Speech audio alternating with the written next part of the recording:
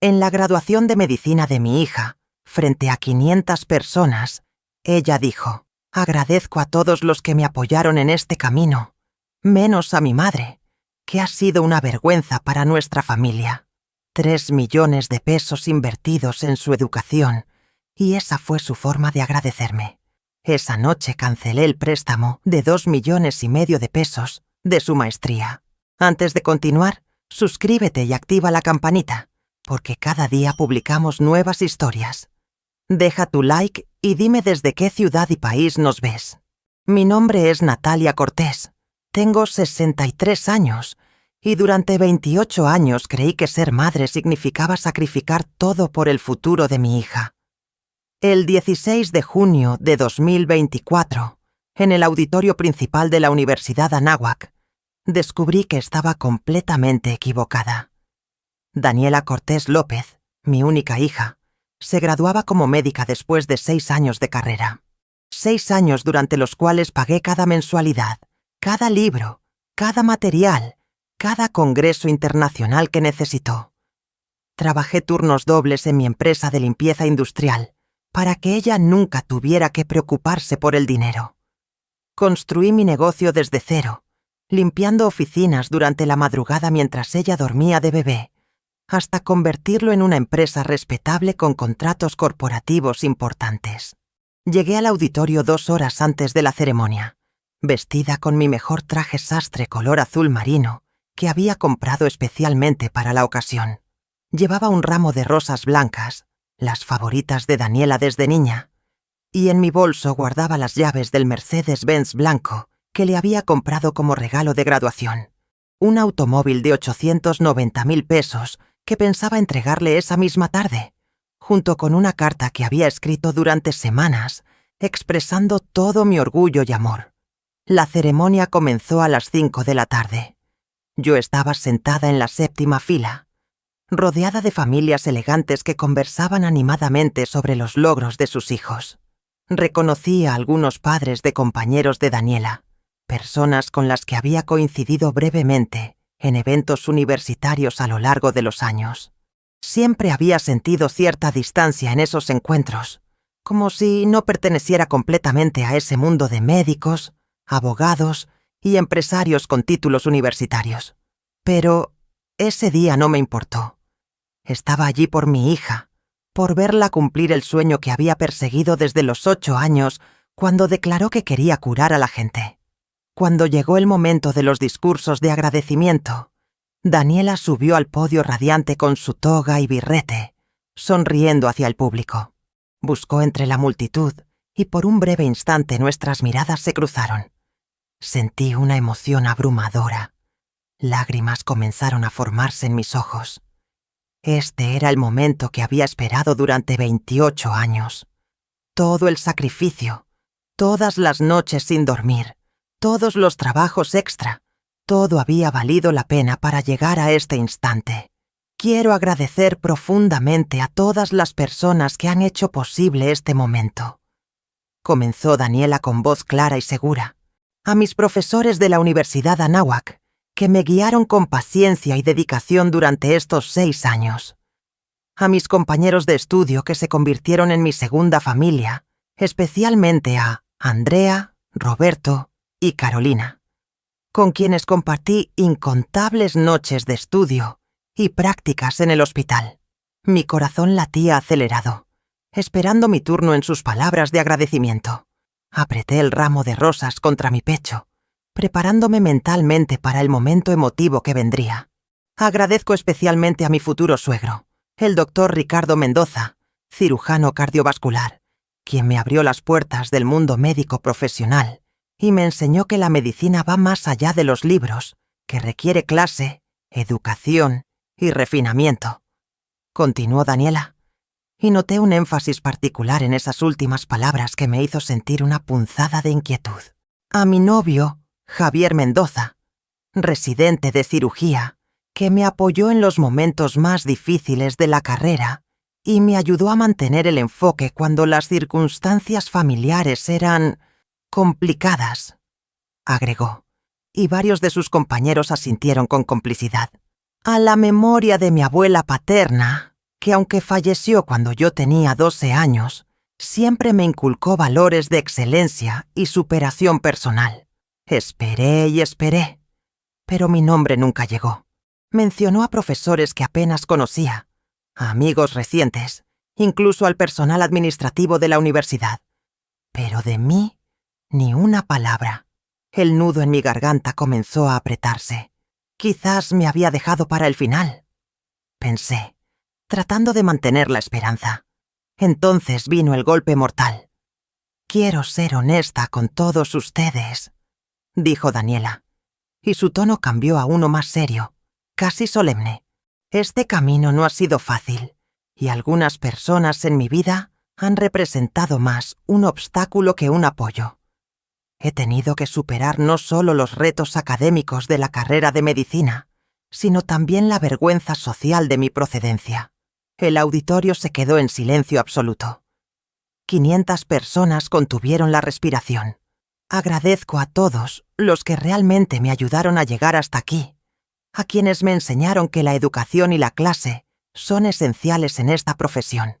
Pero no puedo agradecer a mi madre, que ha sido una vergüenza para mí durante toda mi vida universitaria y cuya presencia hoy aquí es solo una formalidad que debo cumplir por protocolo familiar. El tiempo se detuvo. 500 cabezas se giraron hacia mí. Sentí como si el suelo se abriera bajo mis pies. El ramo de rosas cayó de mis manos. Las palabras de mi hija resonaban en mi cabeza como campanadas fúnebres. Vergüenza, obstáculo, formalidad. Vi a Ricardo Mendoza en la primera fila, con una sonrisa apenas perceptible de satisfacción. Javier, sentado junto a él, mantenía una expresión neutra, pero sus ojos brillaban con algo parecido al triunfo. Algunos conocidos me miraban con una mezcla de lástima y curiosidad morbosa. Otros desviaban la mirada, incómodos por presenciar semejante humillación pública. Durante unos segundos que se sintieron como eternidad, me quedé completamente inmóvil. Mi mente procesaba cada palabra que acababa de escuchar, pero mi cuerpo no respondía. Luego, algo dentro de mí se activó. No era rabia, no era tristeza. Era una claridad absoluta, fría como el hielo. Muy lentamente me puse de pie. No dije una sola palabra. No grité, no lloré, no hice ningún escándalo. Simplemente recogí mi bolso, levanté la barbilla y sonreí. Una sonrisa tranquila, digna, que no reflejaba ni un ápice del huracán que se desataba en mi interior. Asentí levemente hacia Daniela, como quien acepta un veredicto inapelable, y caminé hacia la salida con pasos firmes y medidos. Mientras atravesaba el pasillo central del auditorio, escuchaba los murmullos creciendo a mi alrededor. 500 personas susurraban, comentaban, juzgaban. Pero yo mantuve la mirada al frente, la espalda recta, la dignidad intacta. Si algo me habían enseñado los años de trabajo duro era a mantener la compostura, incluso cuando el mundo se derrumba. Al salir del auditorio, el aire fresco de la tarde me golpeó el rostro. Me detuve un momento en las escaleras, respiré profundamente y saqué de mi bolso las llaves del Mercedes-Benz. Las observé bajo la luz del atardecer. 890.000 pesos que jamás entregaría. Las guardé de nuevo y caminé hacia mi propio automóvil. Durante el trayecto a casa, mi mente comenzó a reproducir escenas del pasado como una película en cámara lenta. Recordé a Daniela a los 5 años, abrazándome y diciéndome que yo era la mejor mamá del mundo. A los 10, orgullosa de presentarme en su escuela primaria durante el Día de las Madres. A los 15, todavía pidiéndome consejos sobre sus problemas adolescentes. ¿En qué momento exacto se rompió todo? ¿Cuándo comencé a convertirme en su vergüenza? Al llegar a mi casa esa noche, lo primero que hice fue servirme una copa de vino tinto. Mis manos no temblaban. Estaban firmes, decididas. Durante 30 minutos permanecí sentada en mi sala, mirando las fotografías familiares que decoraban las paredes. Daniela en cada etapa de su vida, sonriente, feliz, amada. Luego me dirigí a mi estudio y abrí el archivador donde guardaba meticulosamente todos los documentos relacionados con su educación. Era momento de hacer cuentas exactas de cuánto había invertido en la vergüenza de la familia. Los números eran devastadores. Desde que Daniela ingresó a la Universidad Anáhuac hasta su graduación, había desembolsado más de 3 millones de pesos. No era una estimación aproximada. Eran cifras precisas que tenía documentadas con recibos, transferencias bancarias y estados de cuenta. Las mensualidades durante 6 años sumaban 1.800.000 pesos. Los libros de medicina que cambiaban cada semestre. Otros 200.000 pesos. El apartamento amueblado que le renté en Polanco durante toda la carrera. 750.000 pesos. Los gastos mensuales de manutención que le transfería religiosamente cada 15 días. 420.000 pesos. Sin contar los equipos médicos especializados, las clases particulares de inglés científico, los 3 congresos internacionales en Estados Unidos y España a los que la envié para complementar su formación. Mientras revisaba cada documento, cada comprobante de pago, recordé conversaciones que en su momento no les di importancia, pero que ahora cobraban un significado completamente diferente. Esa noche, sentada frente a mi escritorio rodeada de papeles que documentaban 28 años de amor incondicional, tomé la decisión más difícil y liberadora de mi vida. Si para Daniela yo era una vergüenza, entonces era momento de actuar exactamente como tal.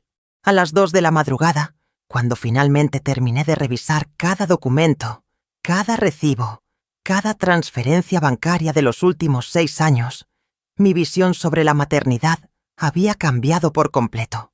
No sentía odio hacia Daniela. Sentía una claridad absoluta sobre lo que debía hacer. Había criado a una hija que consideraba mi sacrificio como algo vergonzoso, y eso era culpa mía por permitir que nunca valorara el esfuerzo detrás de cada peso invertido en su futuro. Tomé mi teléfono celular y marqué el número de Alicia Romero, mi abogada de confianza desde hacía 15 años. Sabía que era madrugada, pero esto no podía esperar hasta el lunes. Alicia respondió al 5º tono, con voz somnolienta pero preocupada al ver mi nombre en la pantalla a esa hora. «Natalia, ¿qué sucede? ¿Estás bien?», preguntó con urgencia. «Necesito que mañana a primera hora canceles el préstamo educativo que aprobé hace 3 semanas para la maestría de Daniela», dije con voz firme, sin titubeos. «Son 2.400.000 pesos que puse como aval en el Banco Santander. Quiero que se cancele inmediatamente y que mi nombre sea retirado de todos los documentos». Hubo un silencio prolongado al otro lado de la línea. Alicia conocía la historia completa de mi relación con Daniela. Había redactado el contrato de ese préstamo apenas unas semanas atrás, cuando mi hija había sido aceptada en el programa de maestría en cardiología intervencionista del Instituto Nacional de Cardiología. «Natalia, ¿estás segura? Este es un paso muy grande. Una vez cancelado, Daniela perderá su lugar en el programa. La universidad requiere el pago completo antes del 30 de junio», explicó Alicia, tratando de asegurarse de que yo entendía las consecuencias. «Completamente segura. Y hay más. Necesito que modifiques mi testamento. Daniela aparece actualmente como beneficiaria principal de todo mi patrimonio. La empresa, los inmuebles, las inversiones. Quiero que sea removida de esa posición. Destinaré el 40% a una fundación educativa para jóvenes de escasos recursos que quieran estudiar carreras universitarias. El 30% para mi sobrina Laura, que está estudiando ingeniería y siempre ha sido respetuosa y agradecida. Y el resto lo dividiré entre otras causas benéficas. Redacta los documentos para que los firme el lunes», expliqué con una calma que me sorprendió a mí misma. «Natalia, sé que algo grave debe haber pasado para que tomes estas decisiones. ¿Quieres hablar de ello?», preguntó Alicia con genuina preocupación. «El lunes te contaré todo. Por ahora solo necesito que ejecutes lo que te he pedido. Ah, y una cosa más. Necesito que me retires como titular adicional de la tarjeta de crédito empresarial que Daniela usa. Tiene un límite de 50.000 pesos mensuales. Cancélala también. Agregué. Después de colgar con Alicia, abrí mi computadora portátil y accedí a mi banca en línea. Durante años había mantenido una cuenta bancaria conjunta con Daniela, donde depositaba mensualmente 15.000 pesos para sus gastos personales. Con unos cuantos clics, la convertí en cuenta individual nuevamente y transferí el saldo restante de 42.000 pesos a mi cuenta principal. Luego revisé mis pólizas de seguro. Daniela aparecía como beneficiaria en mi seguro de vida por un monto de 5 millones de pesos y también en el seguro médico de gastos mayores que pagaba anualmente. Envié correos electrónicos a ambas aseguradoras solicitando los formularios para cambio de beneficiarios. Era casi las 4 de la madrugada cuando terminé con todos los trámites iniciales que podía hacer de manera remota. Me preparé un café cargado y me senté frente a la ventana de mi estudio, observando la ciudad todavía dormida. Pensé en el Mercedes-Benz blanco, estacionado en mi cochera. 890.000 pesos que representaban meses de contratos adicionales, de negociaciones difíciles, de madrugadas revisando propuestas. Lo vendería. No tenía sentido conservar un regalo para alguien que me consideraba su vergüenza. Mientras esperaba que amaneciera, mi mente viajó a momentos específicos de los últimos 3 años que ahora cobraban un sentido diferente. Recordé aquella vez, hace aproximadamente 2 años, cuando Daniela me pidió que no asistiera a la ceremonia de reconocimiento académico en la universidad, porque iba a estar lleno de doctores importantes y profesores internacionales. En ese momento lo interpreté como su deseo de protagonismo propio. Pero ahora entendía que simplemente no quería que yo estuviera allí. Recordé también cuando hace 1 año y medio me presentó a Javier por primera vez. Me dijo que era residente de cirugía e hijo del doctor Ricardo Mendoza. Durante esa cena familiar, Javier apenas me dirigió la palabra, y cuando lo hizo fue con una condescendencia apenas disimulada, preguntándome sobre mi negocito de limpieza, como si fuera un pasatiempo insignificante en lugar de una empresa con 20 empleados y contratos corporativos. A las 7 de la mañana sonó mi teléfono. Era un mensaje de texto de Daniela, el primero de lo que serían muchos ese día. Mamá, la universidad acaba de enviarme un correo diciendo que hay un problema con el préstamo de mi maestría. Dice que el aval ha solicitado cancelación. ¿Sabes algo de esto? Debe ser un error del banco. ¿Puedes llamarlos y resolverlo hoy? Es urgente. Solo tengo hasta el 30 de este mes para confirmar el pago completo. No respondí. 5 minutos después llegó otro mensaje. Mamá, ¿recibiste mi mensaje? Es importante. Llámame cuando despiertes. Ignoré también ese mensaje. A las 8 de la mañana mi teléfono comenzó a sonar. Era Daniela llamando. Rechacé la llamada. Volvió a llamar inmediatamente. Rechacé nuevamente. Durante las siguientes 2 horas, mi hija llamó 17 veces consecutivas. Cada llamada rechazada parecía aumentar su desesperación. Los mensajes de texto comenzaron a llegar más frecuentemente, cada uno con un tono más urgente que el anterior. Mamá, contesta por favor. Necesito hablar contigo sobre el préstamo. Debe haber un malentendido. Llamé al banco y me dijeron que tú solicitaste personalmente la cancelación. Eso no puede ser cierto, ¿verdad? Mamá, esto no es gracioso. Mi futuro está en juego. Contesta el teléfono.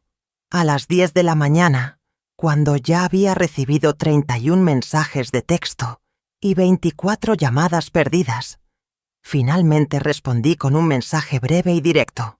Ayer dijiste frente a 500 personas que soy una vergüenza para tu vida. Hoy estoy actuando exactamente como tal. Una vergüenza no financia maestrías de 2,5 millones de pesos, ni hereda empresas valoradas en decenas de millones. Ten un buen día, Daniela. El teléfono quedó en silencio durante exactamente 8 minutos. Luego comenzó una avalancha de mensajes que evidenciaban pánico genuino. Mamá, no puedes hacer esto. Firmamos documentos. Hay contratos. Estás exagerando. Fue solo un discurso emotivo. No lo decía literalmente. Javier dice que estás siendo inmadura y vengativa. Que las madres no actúan así. Ese último mensaje me provocó una risa amarga. Javier, quien apenas me conocía y me había tratado con desdén durante 2 años, ahora tenía opiniones sobre cómo debían actuar las madres. Apagué mi teléfono celular completamente. Necesitaba silencio para procesar todo lo que estaba sintiendo y para prepararme para lo que vendría después. El lunes por la mañana llegué a la oficina de Alicia Romero puntual a las 9. Ella ya tenía preparados todos los documentos que le había solicitado. La cancelación formal del préstamo educativo, la modificación completa de mi testamento, las cartas para las compañías de seguros y los formularios de cancelación de tarjetas y cuentas bancarias. Mientras firmaba cada documento, le conté en detalle lo que había sucedido en la ceremonia de graduación. Alicia escuchó en silencio, moviendo la cabeza con incredulidad. Natalia, en mis 20 años como abogada he visto de todo, pero esto es particularmente doloroso. ¿Estás preparada para las consecuencias? Daniela va a reaccionar con furia. Probablemente intente acciones legales, advirtió Alicia mientras organizaba los documentos firmados. Que lo intente. Todos los gastos que hice fueron voluntarios. No existe ninguna obligación legal de financiar estudios de posgrado a una adulta de 28 años. Y en cuanto al testamento, tengo completo derecho de decidir qué hacer con mi patrimonio. Daniela no tiene ningún recurso legal. Respondí con convicción. Alicia asintió. Legalmente estás completamente cubierta. Todo lo que hiciste por ella fueron actos voluntarios de amor maternal. Ahora simplemente has decidido dejar de hacerlos. Eso no constituye ningún delito ni incumplimiento contractual. Al salir de la oficina de Alicia, encendí mi teléfono celular. La pantalla explotó con notificaciones. 73 mensajes de texto, 42 llamadas perdidas y 3 mensajes de voz. La mayoría eran de Daniela, pero también había varios de números desconocidos que supuse serían Javier o Ricardo. Borré todas las notificaciones sin leer ni escuchar nada. Había tomado mi decisión y nada de lo que dijeran iba a cambiarla. Esa tarde, mientras conducía de regreso a mi casa, pensé en la mujer que había sido hace 28 años cuando Daniela nació.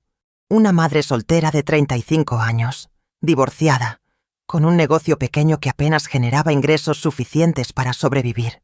Había trabajado incansablemente para darle a mi hija todo lo que yo nunca tuve. Educación privada desde el kinder, clases de idiomas, viajes, ropa de marca, el mejor teléfono celular, el mejor automóvil cuando cumplió 18. Y en algún punto de ese camino, le enseñé sin querer que todo eso era un derecho, no un privilegio ganado con esfuerzo y sacrificio. Le enseñé a avergonzarse de la fuente de donde provenían todos esos beneficios. Pero esa era la vieja Natalia. La nueva Natalia que emergió de aquel auditorio había aprendido la lección más dolorosa pero necesaria de su vida.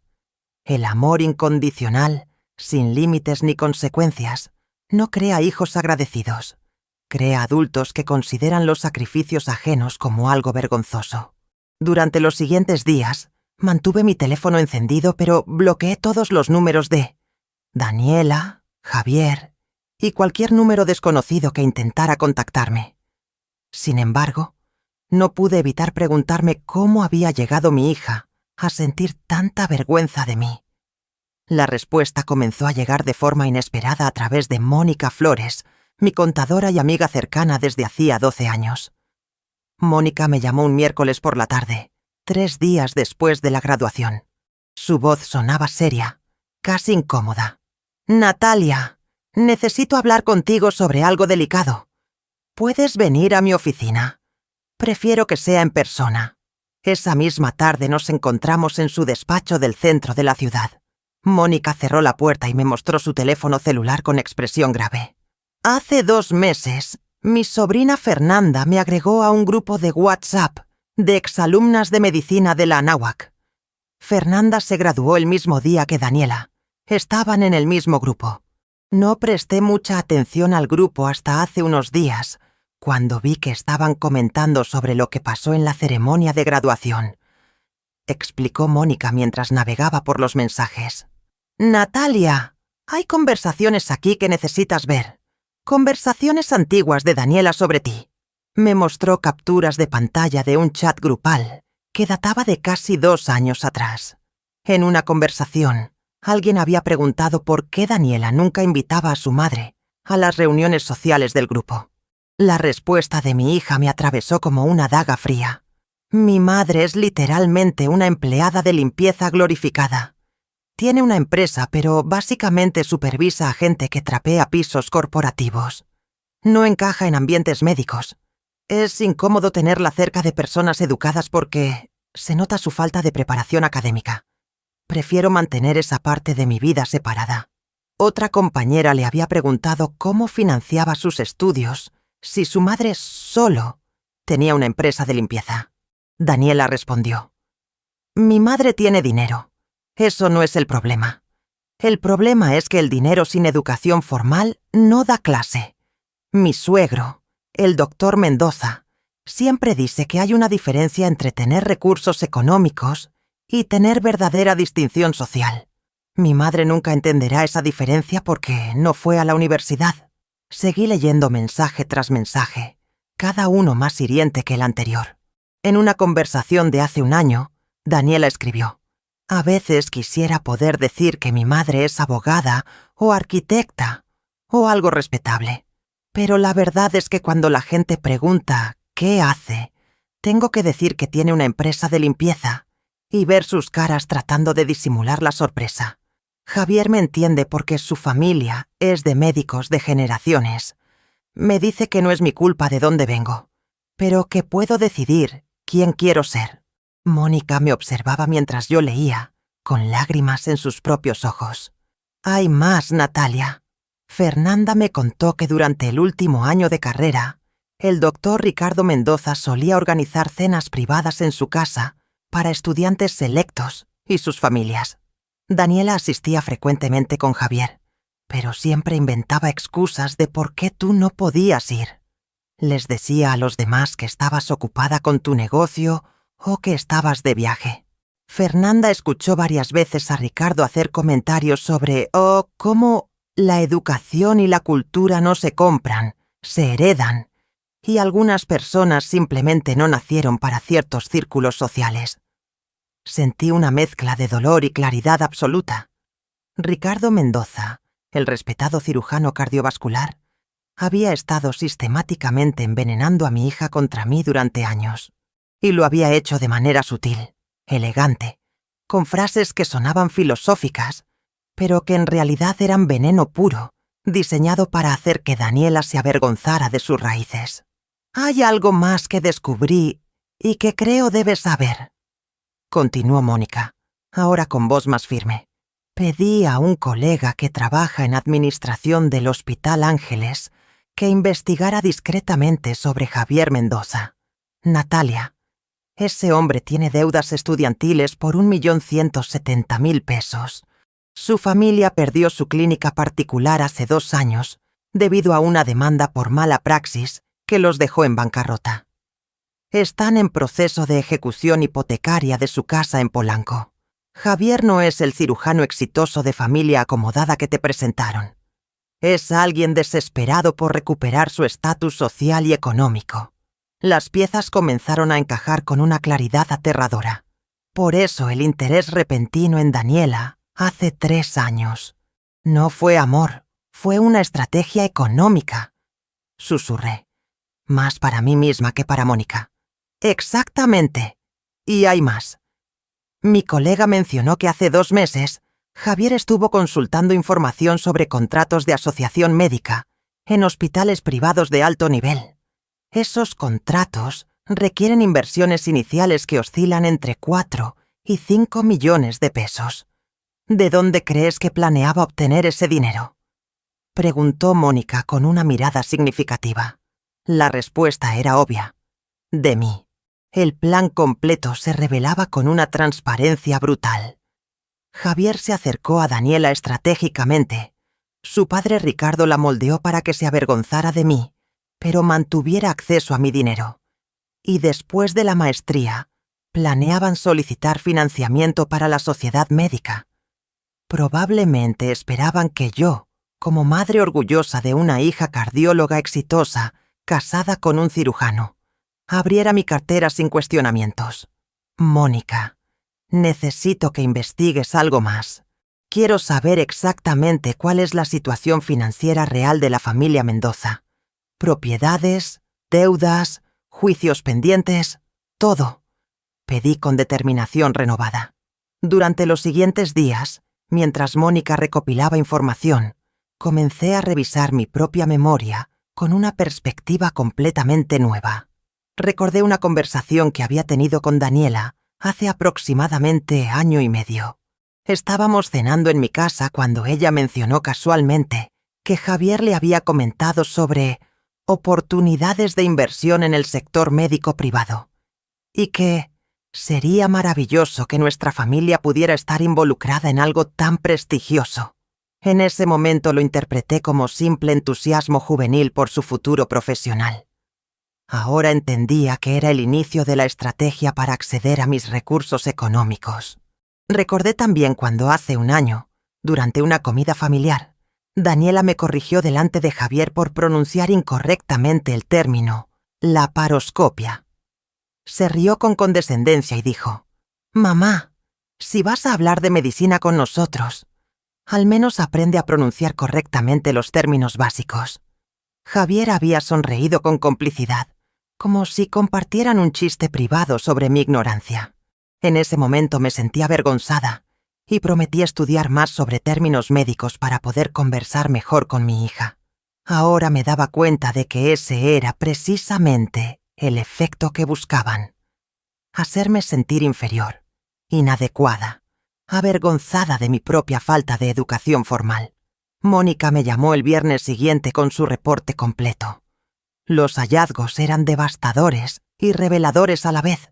Ricardo Mendoza había perdido su clínica hace 3 años debido a 2 demandas por negligencia médica que sumaban indemnizaciones de 8 millones de pesos. Su casa en Polanco, valuada en 6 millones, tenía una hipoteca vencida de 4,5 millones. Su esposa había iniciado proceso de divorcio 6 meses atrás, citando dificultades económicas insoportables. Javier tenía 3 tarjetas de crédito con saldos vencidos, que sumaban 250,000 pesos, además del préstamo estudiantil millonario que mencioné anteriormente. Natalia, esta familia está desesperada económicamente, y tú representabas su salvavidas financiero a través de Daniela, concluyó Mónica después de compartir todos los datos. Esa noche, sola en mi casa, reflexioné sobre los últimos 3 años desde que Daniela conoció a Javier. Cada evento, cada comentario despectivo, cada momento en que me hizo sentir inadecuada, había sido parte de una manipulación sistemática. Ricardo necesitaba que Daniela se distanciara emocionalmente de mí para poder controlarla mejor, pero no podía permitir que rompiera completamente la relación porque necesitaban mi dinero. Era un equilibrio perverso. Mantenerme lo suficientemente cerca para acceder a mis recursos, pero lo suficientemente alejada para que Daniela no valorara mis sacrificios ni cuestionara las decisiones que ellos influenciaban. El discurso en la graduación había sido su error fatal. Ricardo probablemente lo vio como la culminación perfecta de su manipulación. Daniela declarando públicamente su independencia emocional de mí mientras mantenía la dependencia económica. Lo que no calcularon era que ese acto público de humillación me liberaría completamente de cualquier culpa o duda sobre las decisiones que había tomado. Me habían dado, sin saberlo, el permiso perfecto para cortar todos los lazos financieros, sin remordimiento alguno. El enfrentamiento que había estado evitando llegó finalmente 2 semanas después de la graduación. Era un martes por la tarde cuando mi asistente me avisó por el intercomunicador que había 3 personas en la recepción, exigiendo verme sin cita previa. Daniela, Javier y Ricardo Mendoza habían llegado juntos a mi oficina corporativa. claramente con una estrategia preparada. «Hazlos pasar a la sala de juntas», le indiqué a mi asistente. «Y llama a Alicia Romero. Dile que venga inmediatamente». No iba a enfrentar esta situación sin mi abogada presente como testigo legal de cualquier cosa que se dijera. Cuando entré a la sala de juntas 10 minutos después, los tres estaban sentados del mismo lado de la mesa, una clara posición de confrontación unificada. Daniela tenía los ojos rojos e hinchados. Evidentemente había estado llorando. Javier mantenía una expresión seria y controlada. Ricardo, vestido con un traje impecable, me observaba con una mezcla de desdén y determinación que inmediatamente me puso en alerta máxima. «Mamá, necesitamos resolver esto ahora. Has cometido un error terrible y tienes que rectificarlo antes de que sea demasiado tarde», comenzó Daniela con voz temblorosa pero firme. Me senté tranquilamente del lado opuesto de la mesa, crucé las manos frente a mí y esperé en silencio. Mi falta de respuesta inmediata pareció descontrolarlos levemente. «Señora Cortés», intervino Ricardo con un tono que pretendía sonar paternal, pero que resumaba condescendencia. Entiendo que las palabras de Daniela en la ceremonia pudieron haberla afectado emocionalmente. Sin embargo, está reaccionando de manera completamente desproporcionada. Como madre, usted tiene obligaciones sagradas. No puede simplemente abandonar a su hija en el momento más crucial de su carrera profesional por un comentario hecho en un momento de estrés emocional. «Interesante perspectiva, doctor Mendoza», respondí con calma glacial. «Dígame, ¿cuáles son exactamente esas obligaciones sagradas de las que habla? ¿Está estipulado en alguna ley que una madre debe financiar maestrías millonarias para hijos adultos que públicamente la declaran una vergüenza?»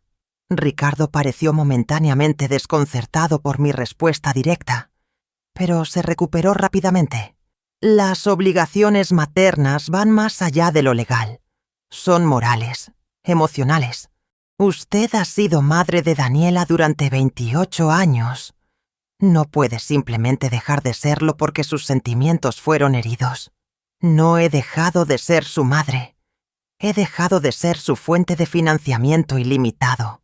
Hay una diferencia sustancial», respondí manteniendo mi tono calmado pero firme. Javier decidió intervenir en ese momento, inclinándose hacia adelante con expresión seria. «Señora Cortés, seamos realistas. Daniela invirtió 6 años de su vida estudiando medicina, con la promesa implícita de que usted la apoyaría hasta completar su especialización. Cancelar ese apoyo ahora es casi como un fraude emocional. Está destruyendo su futuro por orgullo herido». Esa palabra, fraude, despertó algo en mí. Una risa amarga escapó de mis labios. «¿Fraude emocional, dice? Qué término interesante viniendo de alguien que tiene 1.170.000 pesos en deudas estudiantiles y cuya familia perdió su clínica por demandas de mala praxis.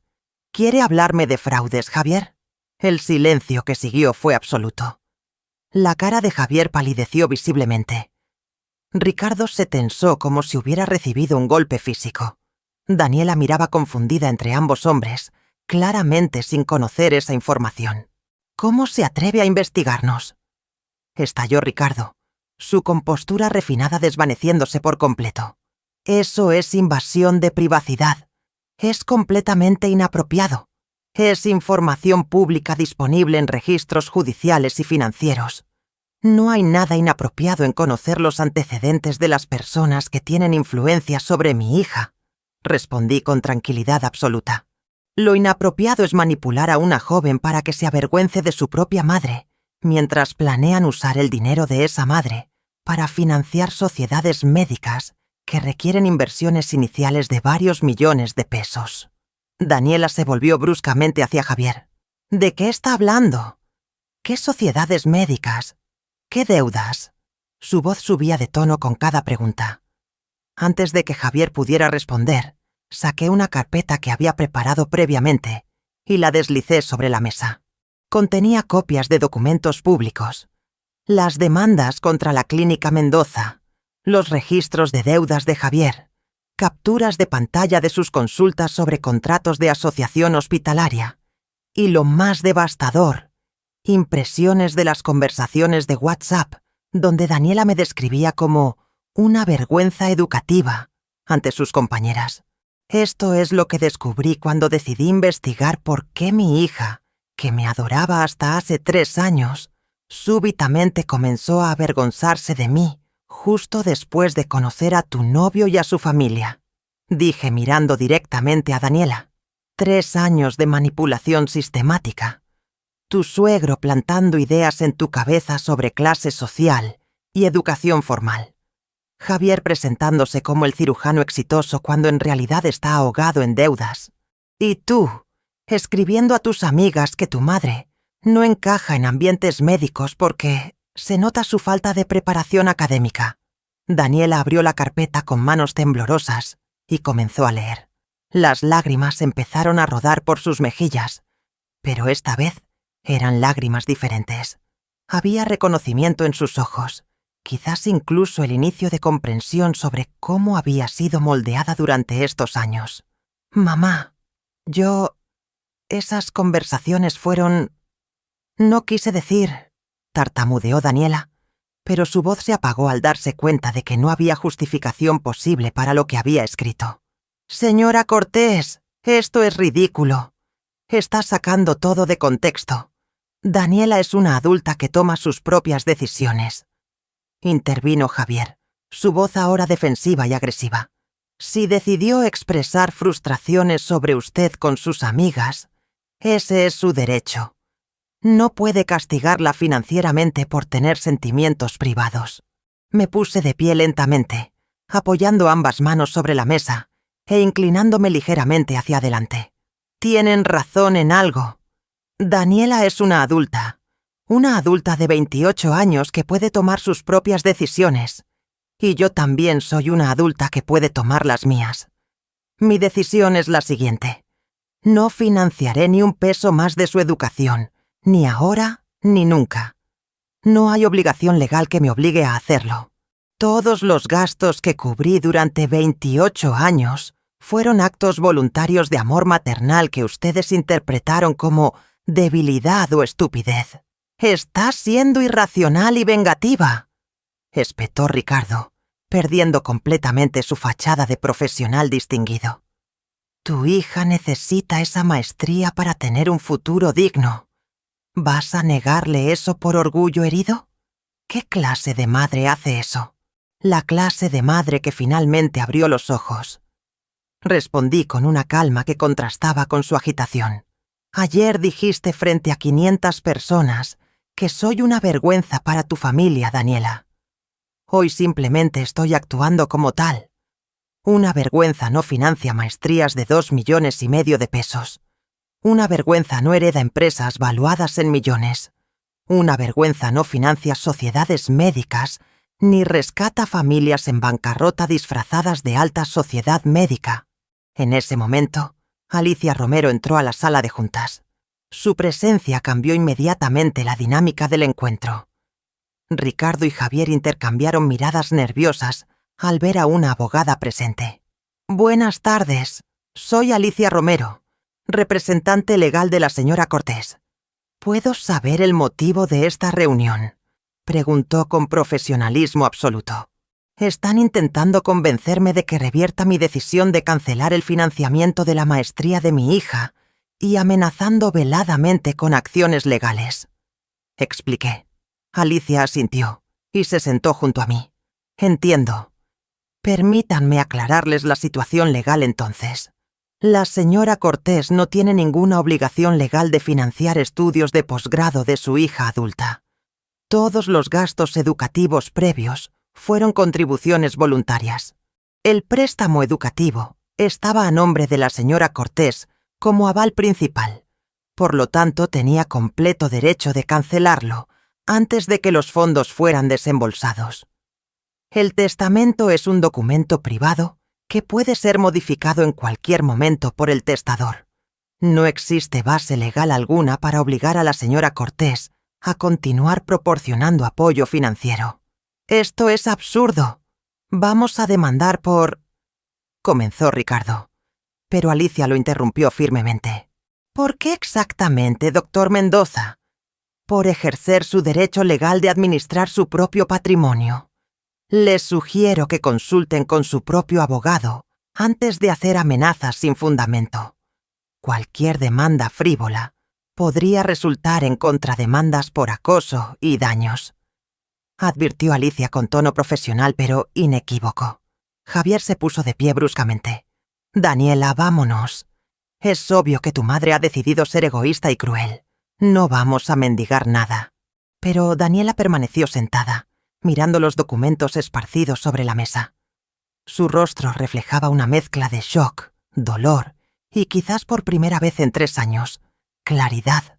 Los siguientes 3 meses fueron reveladores de maneras que nunca imaginé.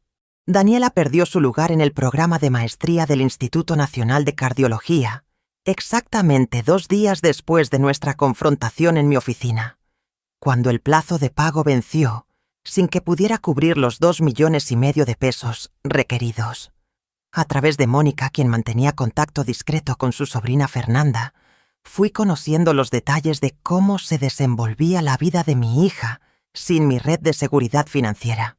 Daniela consiguió trabajo como médica general en el Hospital General Dr. Manuel Gea González, uno de los hospitales públicos más grandes de la Ciudad de México. Su salario era de 18,500 pesos mensuales, una cifra que para muchos podría parecer aceptable, pero que representaba apenas una fracción de los 95,000 pesos mensuales que habría ganado como cardióloga intervencionista en hospitales privados. Por primera vez en su vida mi hija experimentaba limitaciones financieras reales. Fernanda le contó a Mónica que Daniela había tenido que mudarse de su apartamento, amueblado en Polanco, que costaba 16,000 pesos mensuales, a un departamento modesto en la colonia Narvarte por 8,500 pesos. Había vendido el automóvil BMW que le regalé cuando cumplió 25 años, y ahora se transportaba en metro y autobús como la mayoría de los residentes médicos. Sus salidas a restaurantes caros con Javier y sus amigos médicos habían terminado. Ahora cocinaba en casa y llevaba comida preparada al hospital para ahorrar. Lo que más me sorprendió fue un comentario que Mónica compartió conmigo a finales de julio. Fernanda había mencionado que Daniela se había convertido en una de las médicas más dedicadas y humildes del servicio de urgencias. Llegaba temprano, se ofrecía voluntariamente para los casos más difíciles. Trataba a los pacientes de escasos recursos con un respeto y paciencia que sus colegas encontraban admirable. Había incluso ocasiones donde usaba su propio salario para comprar medicamentos para pacientes que no podían pagarlos. Es como si trabajar en el hospital público le hubiera abierto los ojos a una realidad que nunca conoció durante sus años de universidad privada, explicó Mónica durante uno de nuestros almuerzos mensuales. Fernanda dice que ya no habla con desprecio de nadie. De hecho, habla de ti con sus compañeras enfermeras. Les cuenta sobre tu ética de trabajo, sobre cómo construiste tu empresa desde cero. Esa información me conmovió profundamente, pero no cambió mi decisión. Las acciones tienen consecuencias, y Daniela necesitaba vivir plenamente las consecuencias de sus decisiones y palabras. En agosto, Mónica me compartió algo que me hizo reflexionar seriamente. Fernanda había descubierto que Daniela tenía una cuenta de ahorro separada en un banco diferente al que usaba para sus gastos cotidianos. El nombre de la cuenta era Fondo Restitución Mamá. Cada quincena, después de pagar su renta, servicios, transporte y alimentación básica, Daniela depositaba entre 2,500 y 3,000 pesos en esa cuenta. Estaba tratando simbólicamente de devolverme los 3 millones de pesos que había invertido en su educación. «Natalia, a ese ritmo le tomaría más de 80 años devolverte el dinero», observó Mónica con una mezcla de tristeza y admiración. Pero el hecho de que lo esté intentando, viviendo con restricciones extremas para poder ahorrar esas cantidades, dice algo importante sobre su transformación. Sabía que Mónica tenía razón, pero una parte de mí necesitaba ver más. Necesitaba estar segura de que el cambio era genuino y no simplemente una estrategia para recuperar mi apoyo financiero. La ruptura entre Daniela y Javier llegó en septiembre, exactamente 3 meses después de la graduación. Mónica recibió la noticia a través de Fernanda, quien presenció parte de la confrontación final en el mismo hospital donde ambos trabajaban. Javier había llegado al área de urgencias buscando a Daniela durante su turno, algo completamente inapropiado y poco profesional. Según el relato de Fernanda, Javier exigió hablar con Daniela en privado. La llevó a la cafetería del hospital donde tuvieron una discusión acalorada que varios empleados alcanzaron a escuchar parcialmente. Javier le recriminaba que siguiera trabajando en un hospital público, ganando salarios miserables, cuando podría estar buscando posiciones en clínicas privadas de Monterrey o Guadalajara, donde los médicos generales ganaban al menos 40,000 pesos mensuales. Necesito una pareja que sea financieramente ambiciosa, Daniela. No alguien que juega a ser mártir en un hospital público, atendiendo a gente que ni siquiera puede pagar sus propios medicamentos, le había dicho Javier con un desprecio que varios testigos encontraron chocante. Tengo 30 años y deudas enormes. No tengo tiempo para esperar a que madures y entiendas que la medicina es también un negocio. Tu madre tenía razón en cortar tu financiamiento. Demuestra que eres exactamente como ella, sin visión, sin ambición real, conformista. Daniela, según Fernanda, se había quedado completamente paralizada por unos segundos. Luego hizo una pregunta simple pero devastadora. Si todavía tuviera el apoyo financiero de mi madre, ¿seguirías conmigo? El silencio de Javier fue prolongado y elocuente. Cuando finalmente intentó responder con evasivas y justificaciones, Daniela simplemente se puso de pie y le dijo: «Ya tengo mi respuesta. Nunca me amaste a mí. Solo la idea del dinero de mi familia. Creo que ya terminamos aquí». Javier, furioso y humillado por ser confrontado públicamente, estalló con una crueldad calculada. Tu madre te arruinó el futuro por orgullo estúpido, y tú estás tan ciega que la defiendes. Mereces la mediocridad en la que te has hundido. Yo necesito una pareja que me ayude a reconstruir mi carrera y mi estatus, no alguien que se arrastra entre pacientes indigentes, sintiendo que hace la diferencia. Fernanda contó que Daniela no lloró durante esa confrontación. Simplemente se dio la vuelta y regresó a su turno en urgencias. Fue solo horas después, cuando su turno terminó, que se desmoronó completamente en el vestuario del hospital. Cuando Mónica me relató esta historia, sentí emociones contradictorias. Había una parte de mí que quería correr hacia mi hija, abrazarla, decirle que todo estaría bien. Pero otra parte, la parte que había sido públicamente humillada frente a 500 personas, sabía que Daniela necesitaba atravesar completamente este proceso de transformación sin mi intervención. 2 semanas después de la ruptura con Javier, recibí algo completamente inesperado. Un sobre Manila llegó a mi oficina por mensajería privada. No tenía remitente, pero reconocí inmediatamente la letra de Daniela en mi nombre escrito en el sobre. Dentro había una carta de 7 páginas escritas a mano, en ambos lados de cada hoja. Mi hija comenzaba la carta sin saludos formales, directamente con una confesión. «Mamá, no tengo derecho a pedirte que leas esto, pero necesito escribirlo, aunque nunca lo leas. Durante 3 meses he estado trabajando en un hospital público, viviendo con un presupuesto ajustado, experimentando por primera vez en mi vida lo que significa ganarse cada peso con esfuerzo real. Y cada día entiendo más profundamente la magnitud de lo que te hice». La carta continuaba con detalles específicos de memorias que Daniela había revisitado con nueva perspectiva. Recordaba cuando tenía 17 años y le pedí que me acompañara a supervisar una limpieza nocturna en un edificio corporativo para que entendiera de dónde venía el dinero que pagaba su colegiatura. Ella se había negado con desdén, diciendo que tenía cosas más importantes que hacer. Recordaba cuando a los 20 años le sugerí que durante las vacaciones de verano trabajara medio tiempo en mi empresa para aprender sobre responsabilidad financiera, y ella respondió que los estudiantes de medicina de la Anáhuac No trabajan en empresas de limpieza. Ahora trabajo dobles turnos en urgencias. Escribió Daniela. Veo llegar pacientes que son empleados de limpieza, trabajadores de construcción, meseros, personas que hacen trabajos que antes yo consideraba menores. Y veo que llegan con la misma dignidad, los mismos miedos, las mismas esperanzas que cualquier ejecutivo o profesionista. He tratado a 3 mujeres que tienen empresas de limpieza como tú. Me recuerdan a ti. Trabajan durísimo, se preocupan por sus empleados, administran con inteligencia. Y me avergüenza hasta las lágrimas recordar cómo te describí ante mis compañeras de universidad.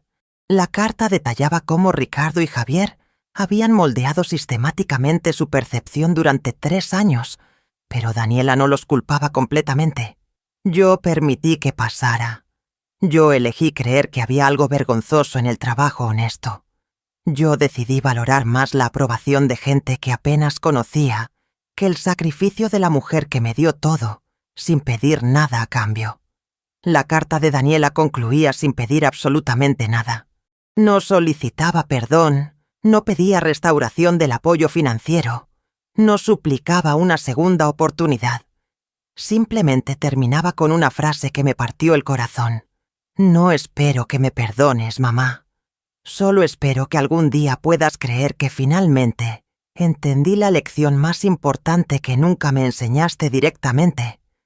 Que el valor de una persona no se mide por sus títulos académicos, sino por su carácter, su esfuerzo y su capacidad de amar sin condiciones. Guardé esa carta en el cajón de mi escritorio durante 2 semanas completas. La releía cada noche antes de dormir, analizando cada palabra, buscando señales de manipulación o falsedad, pero solo encontraba honestidad dolorosa y arrepentimiento genuino. Aún así, no respondí. Necesitaba estar absolutamente segura antes de dar cualquier paso. A finales de septiembre tomé una decisión que sorprendió incluso a Mónica. Le pedí que arreglara un encuentro con Daniela, pero no en mi casa ni en un restaurante. Quería que fuera en mi oficina, en un ambiente formal, con Alicia presente como testigo. Si íbamos a reconstruir algo, sería sobre bases completamente nuevas y con límites claramente establecidos desde el principio.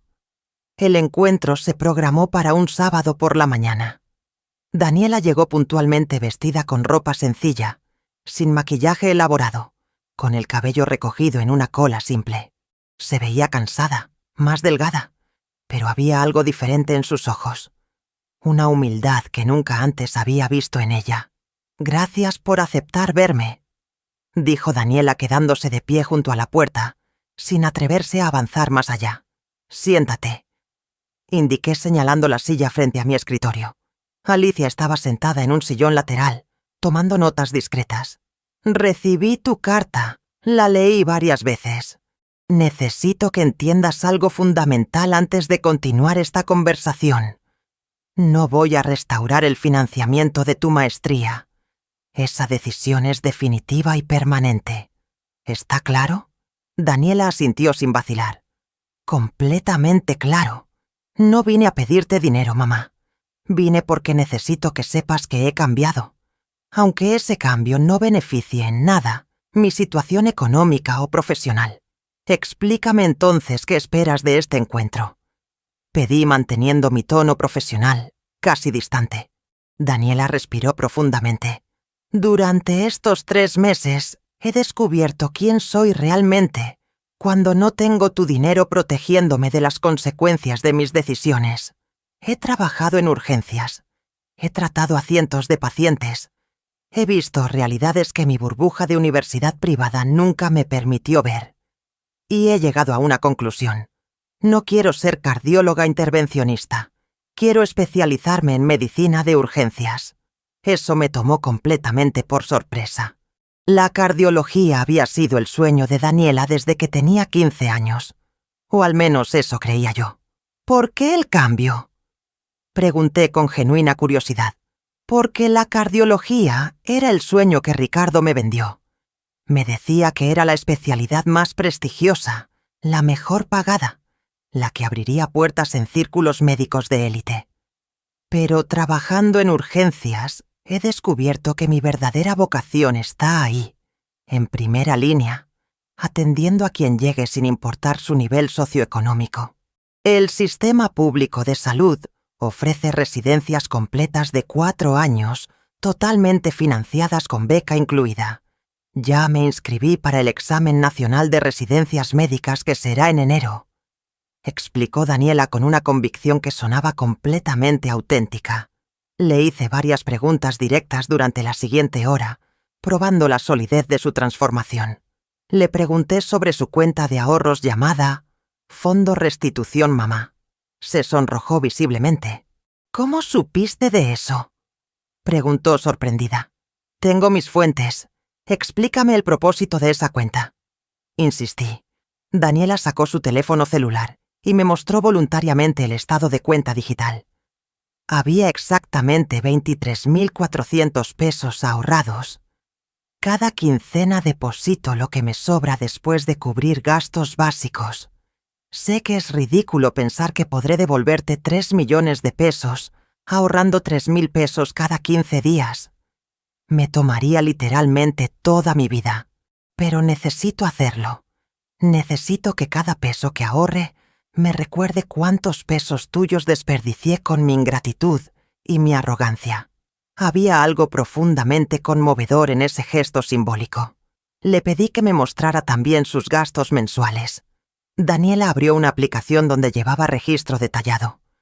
8.500 de renta, 1.200 de servicios, 2.000 de transporte, 3.500 de alimentación, 500 de productos básicos de higiene.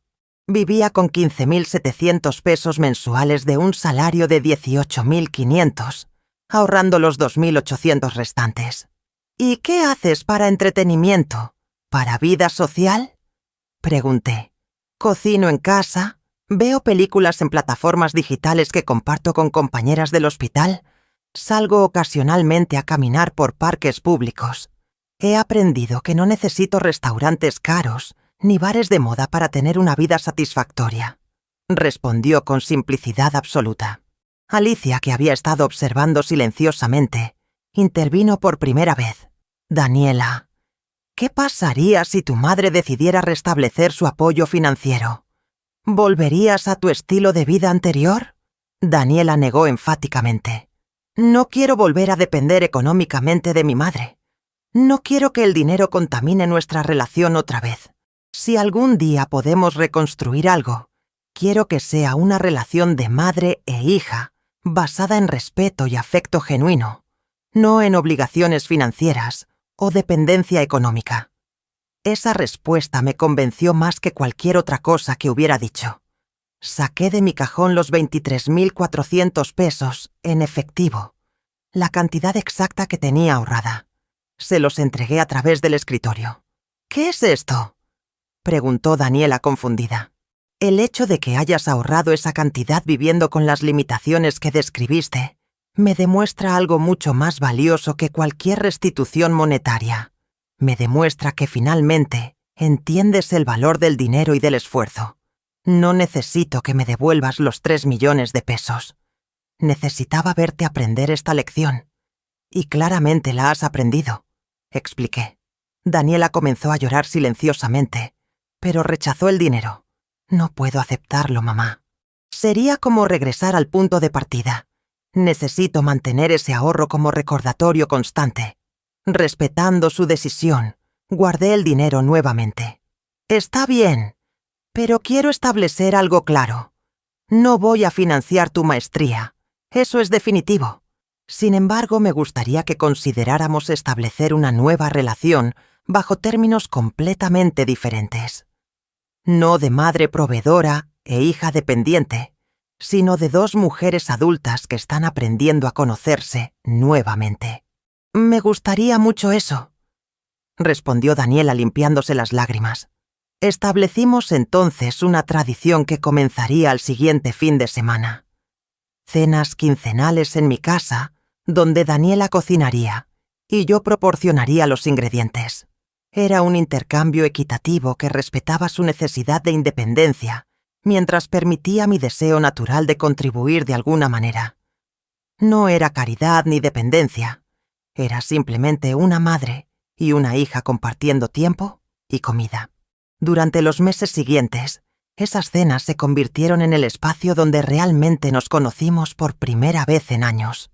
Daniela me contaba sobre sus pacientes en urgencias, las lecciones que aprendía diariamente, los retos de vivir con presupuesto ajustado. Yo compartía sobre mi empresa, mis planes de expansión, mis propias reflexiones sobre maternidad y límites saludables. En noviembre, Daniela presentó su examen nacional para residencias médicas y quedó seleccionada para la especialidad de medicina de urgencias en el Hospital Juárez de México, con beca completa que cubría colegiatura y proporcionaba estipendio mensual de 11,000 pesos. El programa comenzaría en marzo del siguiente año. Un sábado de diciembre, durante una de nuestras cenas, Daniela me presentó un documento notarial que había preparado sin mi conocimiento. Era un compromiso legal donde se designaba como mi cuidadora principal en caso de que yo requiriera asistencia médica o personal en el futuro. No era por obligación filial ni por interés económico. Era simplemente porque genuinamente quería hacerlo. Tú asumiste un compromiso financiero conmigo durante 28 años sin pedirme garantías ni contratos. Quiero asumir este compromiso contigo de la misma manera, por amor, no por obligación, explicó mientras me mostraba el documento. Ese gesto me conmovió profundamente. Era el espejo perfecto del sacrificio que yo había hecho por ella, pero transformado y devuelto desde un lugar de madurez y comprensión genuina. La reconciliación definitiva llegó en enero cuando Ricardo y la madre de Javier aparecieron inesperadamente en una de nuestras cenas quincenales. Habían descubierto que Daniela y yo habíamos restablecido contacto y venían a mediar para que yo reconsiderara mi postura egoísta. Según sus palabras, Daniela, por primera vez en 4 años, defendió públicamente mi decisión frente a ellos. Mi madre no fue egoísta. Yo fui ingrata, manipulable y arrogante. Ustedes plantaron las semillas, pero yo permití que crecieran. Y las consecuencias de eso son completamente mías. No necesito ni quiero que restaure ningún apoyo financiero. He encontrado mi camino y estoy orgullosa de estar haciéndolo por mi propio esfuerzo. Ricardo intentó argumentar sobre oportunidades perdidas y futuros arruinados, pero Daniela lo interrumpió con firmeza. Mi futuro no está arruinado. Simplemente es diferente al que ustedes habían planificado para beneficiarse económicamente, y estoy en paz con eso. Hoy, más de 1 año después de aquella graduación, puedo decir con honestidad que perdí a una hija mimada e ingrata, pero recuperé a una mujer extraordinaria, que casualmente también es mi hija. Daniela está a mitad de su primer año de residencia en urgencias, paga todos sus gastos, visita regularmente no porque necesite dinero, sino porque genuinamente disfruta de mi compañía, y ha desarrollado una humildad y empatía que la medicina de élite nunca le habría enseñado. La lección más importante que ambas aprendimos es que el amor filial genuino no puede coexistir con dependencia económica tóxica. Cuando eliminamos el dinero de la ecuación, descubrimos que había una relación madre-hija auténtica esperando ser desarrollada. A veces, el amor más grande que podemos dar es permitir que las personas que amamos enfrenten las consecuencias completas de sus decisiones, porque solo así pueden crecer realmente.